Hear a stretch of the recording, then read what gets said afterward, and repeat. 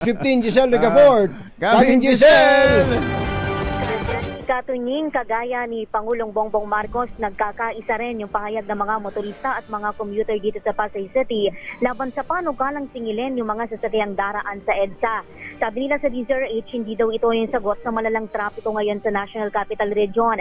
Dapat anilang tutukan ng gobyerno yung pagpapaganda sa public transportation upang mahikayat yung karamihang mag-commute imbes na magbitbit ng sariling sasakyan.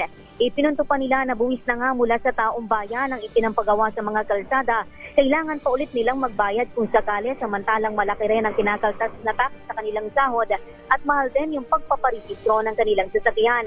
Wala naman anilang problemang magbayad ng EDSA fee basta sigurado na hindi sila maiipit sa malalang trapiko at kung sakali ay may mga alternatibong ilalatag din ng pamahalaan. Pakinggan natin yung mga bahagi ng ating panayam. Ganun din ang traffic. Ganun pa rin ang traffic. Wala pa rin pagbabago. Dapat ayusin na lang yung mas transport para na maganda naman yung mga tao. Kasi nagbabayad din ng yan.